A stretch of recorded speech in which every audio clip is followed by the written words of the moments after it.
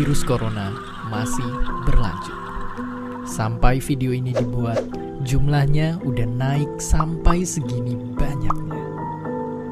Dan yang lebih menyeramkan, ini masih bisa banget naik berkali-kali lipat kalau kita nggak bergerak sekarang juga.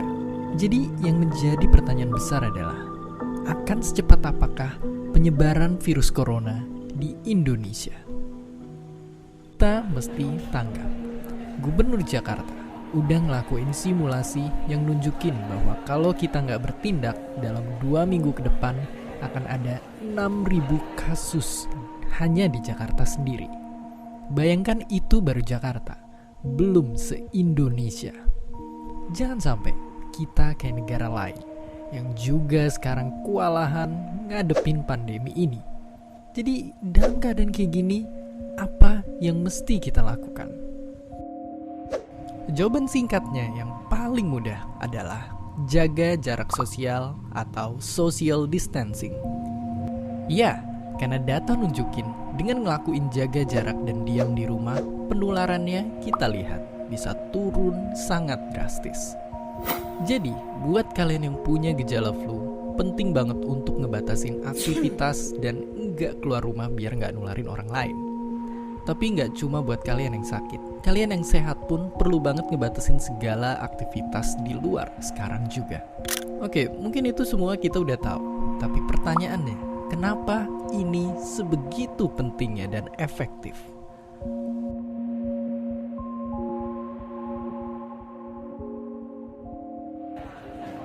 Jawabannya, karena virus corona punya jurus hebat yang bisa bikin dia sembunyi di tubuh orang yang sehat. Yang mengerikannya adalah, bisa aja kita sebenarnya udah ketularan, tapi kita nggak ngerasa sakit karena imun tubuh kita kuat. Tapi kenyataannya, begitu kita kontak sama orang yang daya tahan tubuhnya lagi turun, kita bisa nularin virusnya ke mereka. Biar gampang kebayang, lihat ilustrasi ini. Bayangin ini pergerakan orang-orang di luar sana. Coba untuk sementara kita bayangin kalau virus corona ini tiap kena orang baru akan langsung nular. Ya, terlihat mengerikan. Tapi meskipun begitu, kabar baiknya kalau kita udah sembuh dari suatu virus, kita jadi lebih kebal dari mereka. Jadi kemungkinannya ketularan lagi itu sebenarnya kecil banget. Tapi yang mesti kita waspadain kalau kita nggak ngebatasin aktivitas dan kontak fisik, dalam waktu cepet banget bakalan ada banyak orang yang langsung tertular.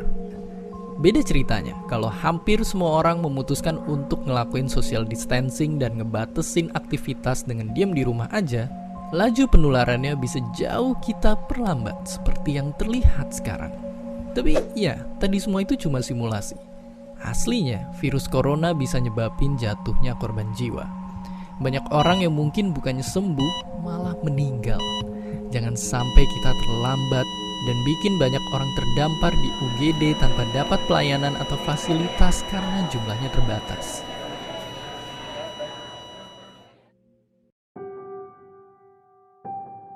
Dan ya, mungkin sekarang kita makin ngerti kalau virus satu ini emang sangat gampang menular.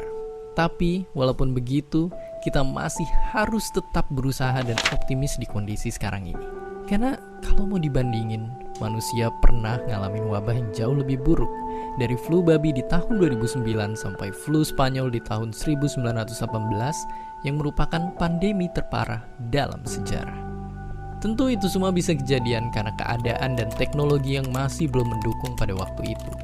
Tapi dengan teknologi kesehatan modern yang kita milikin, kerjasama antara negara yang makin erat, serta dengan bantuan para pahlawan-pahlawan kita ini, semoga kita semua bisa segera keluar dari pandemi ini. Saat semua orang bertanya apa yang mesti kita lakukan, yang perlu kita ingat, tetaplah menjadi baik di saat krisis sekalipun. Belilah barang-barang secukupnya. Beri lebih untuk mereka yang masih harus bekerja di luar sana. Tetap tenang dan berkepala dingin di sosial media. Jaga diri dan jaga orang-orang terdekat kita. Dan jangan lupa berikan apresiasi sebesar-besarnya kepada mereka. Orang-orang yang berada di barisan terdepan, bekerja tanpa pamrih untuk nyelamatin kita semua. Dan seperti biasa, terima kasih.